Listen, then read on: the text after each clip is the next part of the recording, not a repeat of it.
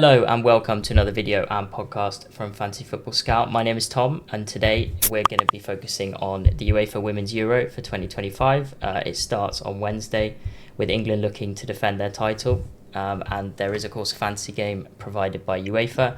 I'm delighted to say that today I'm joined by Jonathan, aka WSL Jono on X, to reveal his Matchday 1 team for the game. So Jonathan, thanks for joining me, and how are you doing? And how are you looking forward to the tournament? I'm doing very well, thank you. Yeah, I am looking forward to it. It was a very nice game to watch yesterday, to watch England win 7-0. It really got us in the mood for it a little bit. So I'm looking forward to quite an exciting tournament, and it should be good because it's on quite a good time zone for us here. So a couple of games a day to keep us going through the summer. Yeah, unlike the Club World Cup, which I was up until 2 a.m. watching Chelsea the other day, so that was fun, and hopefully there'll be no storm interruptions. Hopefully so. So we did put out a how to play video for the UEFA game last week, so I'll link that in the description, and you can check that out if you're just discovering this video and the tournament. But yeah, we'll get into it, starting with Jonathan's team, which is now on the screen. Little warning, the pronunciations may be slightly dicey, especially as Jonathan's picked the Icelandic striker. And first of all, though, no England players. Do you want to talk through the strategy for that? Yeah, obviously yesterday was a little bit of a worry, and I did put a tweet out and asked if anyone had changed their plans, and a few people said yes. I've now changed. I've now got Bronze in. I've now got Toon in. So there's definitely some debate about whether to have an England player. They obviously are looking to go very deep into it, but being in the group of death with France, the first game, and then the Netherlands after that, my idea with that is to try, all being well, to move them players around. So you've got to start with a lot of Dutch players that I'm looking to then move through to French players and then to English players. It's a lot of moves, but hopefully my plan is to try and move one along each time, and then really focus on almost targeting Wales and keeping the other ones that have good fixtures throughout. So I think you can be quite lucky with Spain, with Germany, who I've gone quite hard on, Sweden as well. There's not much of a mix within the team. There's not loads of nations that I've picked. But I think there is definitely different class abilities where you do have a lot stronger teams and a lot weaker teams, and it's kind of until the end. I think backing those bigger teams is the way I'm going to go forward. Yeah, definitely, it makes sense. As a Chelsea fan, good to see a couple of Chelsea players in there, which we'll get to. But yes, so starting off on the tournament as a whole, who are the big teams and who do you think is going to win it and get far? Well, again, the winner of the group of death, Group D, will definitely be strong because they're going to have to have got into their stride.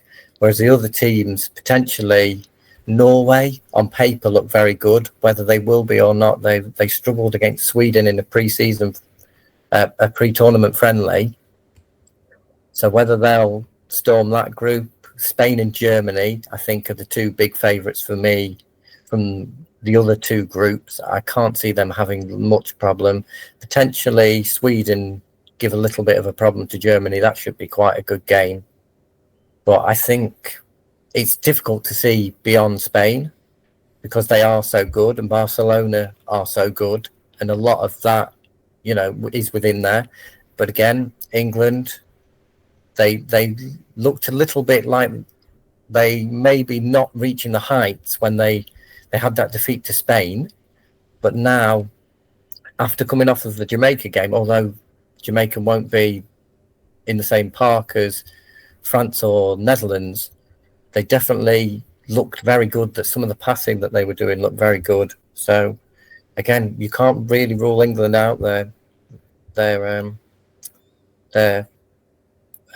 hosts for not hosts. Sorry, they're one of the favourites. Yeah, and defending champions as well. Defending champions. Yeah. Yeah.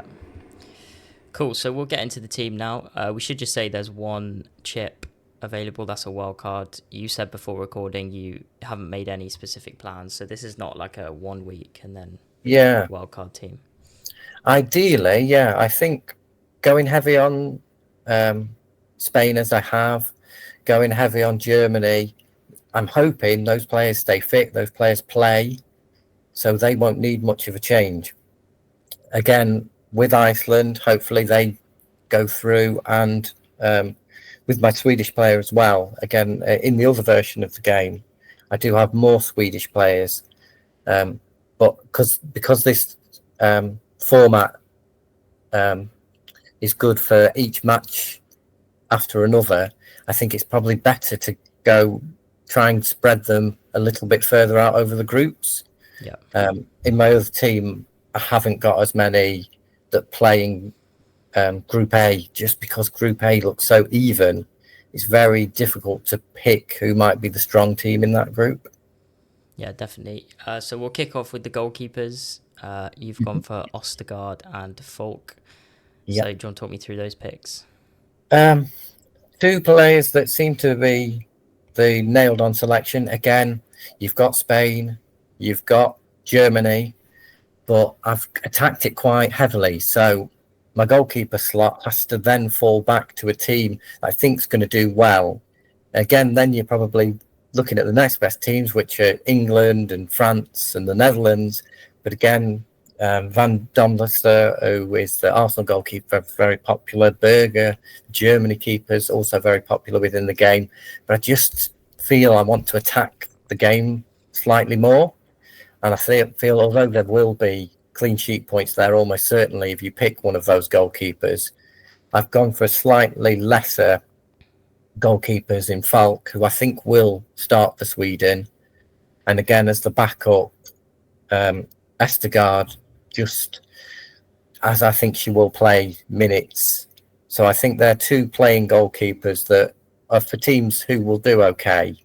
But again, I'm saving those more premium teams because I feel there isn't a great amount of teams that you want to back for more forward positions. Yeah, no, it makes sense. Moving on to the defence. Do you want to read out your defence and then take us through a couple of those selections? Yeah, so in defence, I've got Gwyn, I've got the Icelandic Vigdor Sir, I think. I've got Bjorn for Sweden. I've got Kashui, I think that's potentially how you pronounce it, for France, and Kasparai, again, who played for Man City, are my defenders. So I've gone with Gwyn because she's plays for Bayern Munich, but she has taken a lot of penalties in the past. But she is also 72% owned in the game, which is one of the highest, if not the highest owned player. So you've not really found a gem there. But I think to not go with her, it would be fighting the crowd. And again, if they got a penalty, I think you're going to be doing a lot of catch up. So I think she was quite an easy pick for me. The other ones, it's tricky that you have got a lot of good Spanish defenders, such as Battle on the one side and Olga again. I had Olga in my team for a while, and they look like they'll get very far forward and potentially could get attacking returns. But there is so many attacking players for Spain. I should probably mention Bonmati, which isn't in my team, and again would have been in most people's teams, probably the best player in the world, but has recently just got out of hospital because she had viral meningitis. So I believe she got out yesterday. So it's all a bit of an unknown. And unfortunately, I think the deadline might come a bit too soon to find out more information. But with there being such a wealth of talent there, I've decided to go with three other options, which again, there is no bad options for Spain. They all can score, they can all assist, they can all get, 3-4 goals, and they all have proven that. Yeah. So I've just opted to go against Bonmati early on, just because we don't really know how she is or how she's going to be or how she might last. Even if she does start, has she got 60 minutes in her? Has she got even 45 minutes in her? there's just too many unknowns really for me to go there this early on. But again, it's got to be something that's in the back of your mind eventually, that if she does start firing, is she the go-to player? But again, there's so much talent in that squad. Yeah. Vicky Lopez played really well in the pre-season friendly in her position, and she didn't look out of place at all. So again, you've got to kind of almost fight your way back in. And if they're in a winning team, you don't quite know what the manager will try and do, and whether she'll get her place back and how many minutes she'll get, especially early on.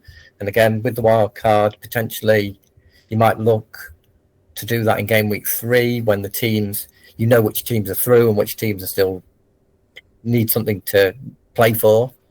Or you might again do that at the next round when you're trying to refresh your team and you've got some more information about who the good players are. So potentially Bonmati comes in then. But again, if Spain go all the way, at some point, when you get more players from more teams, she is a player that can be brought in as that next player for Spain. Yeah, definitely. Looking at the selected by Gwyn is indeed the highest known player, 73% of the game. Bonmati, as you mentioned, 73%. And then 2 England players who you haven't gone for, one of which is a defender, so we'll talk about Lucy Bronze. I saw you tweet about her yesterday, I think, maybe. Yeah, I put a tweet out and I asked if anyone was adding any more England players, and a lot of people said, yeah, Lucy Bronze. A lot of people were on Lucy Bronze already. Yeah, well, she's 62% owned, so that England defence is quite highly owned. Yeah, but that group is just so hard to predict. But again, it's something that I could potentially get burnt by. It's kind of, you're living by that sword of not selecting them. And again, if she does well, and aerially, she is probably the best. Now Millie Bright's not in the tournament, I would say she's probably the best header from a set piece.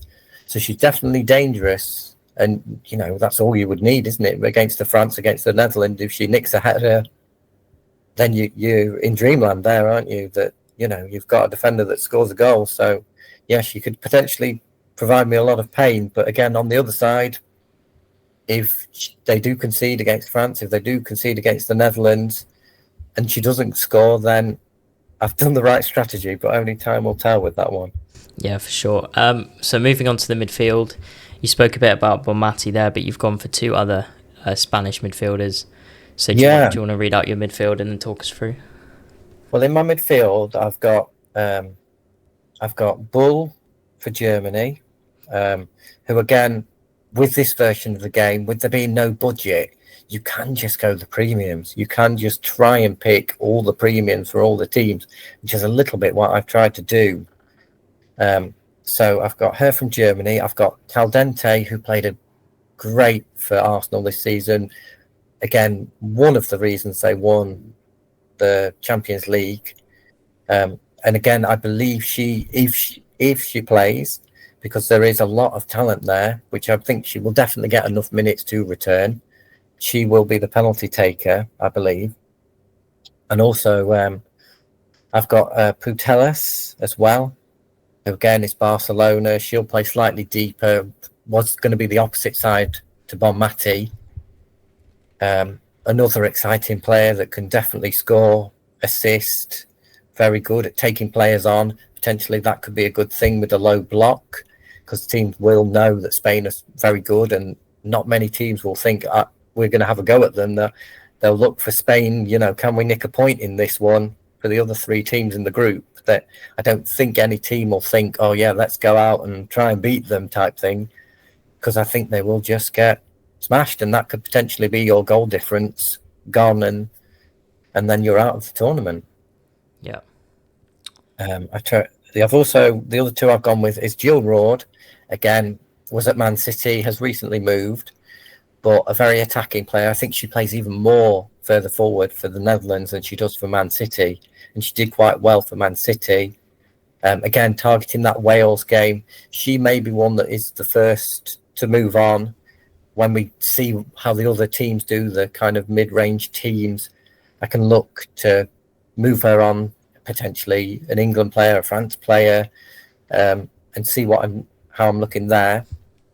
And then the other player I've got is Guru Wrighton, who I only put in yesterday. And there is a few other players that I've been looking at that are also very good for Germany, such as Dahlmann, who looks to be starting. There's also Freigang as well, who again, they're all very good players. And it's slightly less clear who will start for Germany. You've probably got Bull on one side, Brand on the other, but that central spot, I reckon, could go to Dahlmann. And she's been in my teams as well. But I think Guru Reiten, she's going to start. And she's very good for Chelsea. If she can hit form, she's one of the top players in the world. So Penalties that's what as well, put her in there. I assume. Yeah. She'll definitely be on the list for taking penalties. And again, that Group A for Norway, again, it's hard to know which team. I think in that group, I think Norway should win. I think Iceland will qualify too. And I think Finland will probably finish bottom, and then the Swiss in third. So, but it's an interesting one to know who to target in that one. I've gone a little bit heavier on Iceland just because they've got Finland first. And I think Finland are the weakest team, in my opinion, in that group. So that's why I've gone a little heavier on Iceland there. But again, with the matches as they are, I feel it's always good to get in a few that play early, because you can just get them out. You can just go, right, she didn't go to plan. I'll take them out and then bring your subs in. So with that, I think she's a good player to have there. If she's done well that first game, superb. If not, she's a good budget. Again, there's England players I'll need. There's French players I'll need. It can be spent elsewhere. Yeah, definitely. Moving on finally to the forwards, you spoke about Iceland there. Currently with captain as well, you've gone for the Icelandic striker, who you can attempt to pronounce, not me. I believe it's John Duttier, yeah. Again, she's a very talented striker, plays for Wolfsburg, scored a lot of goals for Wolfsburg. I didn't have her originally. I went a bit heavier on Norway. That was my initial plan. But again, that defeat to Sweden, they just didn't look like it was clicking. Again, Norway as well, they have Turland from Man United that is on the bench. She doesn't really get much game time. So that shows their strength and depth. And if they could put it together, I think Norway's a good option. But I think with Iceland, you kind of know what you're doing. They've been a bit more in form. They're a little bit more, for me now, that little bit further in front than I think Norway are. So I think for game week 1, to get a good start, and again, you've always got your wild card, which again gets you out of jail somewhat, which I don't think, it won't be massive. Like in other fantasy games, your wild card can be a bit bigger. I think with this, with Spain, with Germany, knowing your players and without no budget on them, I think you could keep your German players and your Spanish players till the end. Even your Sweden players, I think they'll go a long way. So I think these players you can have for a long time. So I think the wild card, I don't think you'll necessarily need it. I think you can get away with just doing a couple of transfers here, a couple of transfers there. I think you'll be able to get by, especially through the groups. I think unless there's any major shocks, but that's again, if I suffer with that, I think the majority of the player base is going to suffer with that, because again, I think we've all got to go hard on Spain and Germany, because they just look so exciting. And again, they're my other two strikers, which again potentially are stronger captain choices. And definitely, if John Duttier doesn't perform, I think the Arban will then go to one of them two. Pina looks so good in Europe. There's a little bit of debate whether she'll start or not, because she has been a bit of a super sub. She did start in the last friendly, and she just got so much about her that she can just get something out of nothing. And again, there's a lot of good players for Spain. Esther Gonzalez is there, who's been scoring a lot in America, so will be raring to go. So it's a little bit unsure where Pina might fit. But again, even if you get a half out of her, 30 minutes out of her, she could score 2-3 goals in that time. And she has done in the past as a super sub. She comes on against tired legs and she looks so good. Again, with Schuler for Germany, she's very much the focal point there. I think she'll play a lot of the games, if not all the games, and maybe even all the minutes. The focal point for Germany. So I think, again, a fantastic captain choice. And if the game was differently set out, I think I would be on her to be my captain. But obviously, I think you're just better bet to go for your first captain. Doesn't work, go again. But I think probably unless Iceland do really well, I'm probably going to gamble, because I think Germany and Spain, they can score 3, they can score 4, 5, and you're just hoping for a return or 2, as opposed to Iceland that maybe they might win 1-0, 2-0.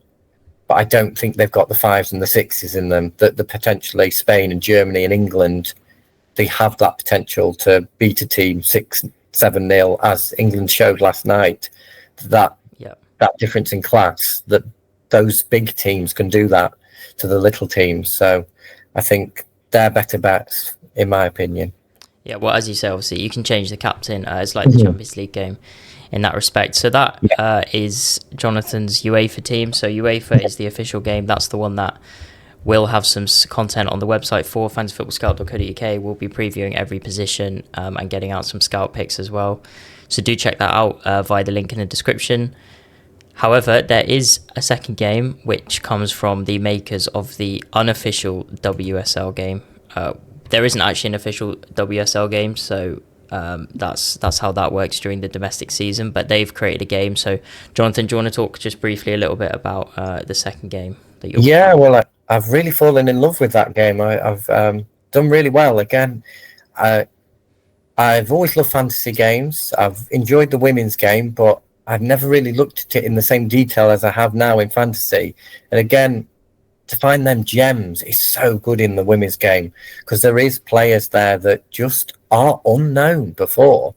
Like with the men's game, you'll have a slight awareness of a lot of players, but there is so many gems that you can find in the likes of Brighton and West Ham, and players that you don't really consider at the beginning, but by the end you're like, oh, so glad I went with them. So I've done quite well there. I started off and I had a very rough start with it, and I did very badly. First time I got 15 points in my first ever week, which over 11 players isn't a very good return. So, but by the end of that, I think I finished 73rd overall. So I had a really good time in the second chance league that they had. I got as high as number 6 at one point in that second chance league, and from there I've just kind of carried on with that. I finished 30th overall. This season just gone, I've just really fallen in love with it. I didn't have a very good FPL season. It was definitely my kind of get out of jail free for that, because I was just struggling, and it's so difficult to catch up in FPL now. When you're behind, it's not an easy thing to catch up. So just have that as often. You'll get your Saturday games are often your FPL games, and then Sunday comes your WSL games, and just enjoyed the kind of the double. If you have a great week in fantasy for the men's, you can kind of go, oh well, that's okay, I've done well. But if not, it gives you that other kind of, well, at least I've got this, at least I can look forward to that. So yeah, it's slightly different in that game, as you have prices in that format of the game, which again slightly more like FPL, where you have to kind of put a bit more budget enablers in. So there's definitely, again, and there's gems to be found in different teams. So with that, they're slightly different. Again, the majority of the players are the same. I don't want to go too different, because it's that thing where if you pick them in one team and they do really well, you're like, oh, why didn't I just put them in both? So there's a lot of players that do go over both. But again, the Icelandic players in that game are more expensive, so I haven't got as many Icelandic players. Differences in that team I've got Runa Kanyard from Chelsea. Yeah. Who again had a great season in WSL, plays for Sweden. So I squeezed her into my midfield. The others are the same. I've got the other 4. She goes instead of Wrighton in that game. Again, I've got my captaincy on Schuler because of the minutes, as I explained before. I've also got Nat in there, which a Man City defender who did so well for me in the WSL game. But she is only 4.5 million. So a real good budget enabler. Not quite as attacking as Gwyn, not going to get penalties, but to fit her in and potentially get the clean sheets, she's looking quite good in there as well. So again, it's a very similar format, but again, with that, from game week 2, you get visionary points. So if it's a low owned, less than 2% owned player, you'll get extra points for them. So again, with that, finding those bargains, finding those players that aren't owned can be a little bit more exciting, because you can, if you've not started so well, you can look for those gems, and hopefully if they get a clean sheet or if they get a goal or assist, they'll get 3 extra points. Yeah, that's all good stuff. So I will drop the links to the UEFA game, to the WSL company game in the description, so you can check that out. There's plenty of content on site as well. Jonathan, just to end on, where can people find you if they want to follow you? Yeah, and my handle at the moment is WSL_Jono. So that's where you can find me. I'm under W Euro Jono as well, if you type it in. So hopefully you'll be able to find me there. I've got a big, bright pink avatar, so hopefully you'll be able to find me. Perfect. Over there. And I'll be giving out tips and help, and if anyone wants to send them their team, I'm happy to have a look at it and say who I like, who I don't like, who might play, who might not play, that type of thing. Yeah, definitely. Go follow Jono. Check out the scout content. We'll have some before the Matchday 1 deadline, which, as a final reminder, is 5 o'clock UK time on Wednesday. Thank you very much for joining me, Jonathan, today. Very welcome. Thank you. Make sure you like and subscribe, and we'll have plenty more Club World Cup FPL content on the way soon. Thanks, guys.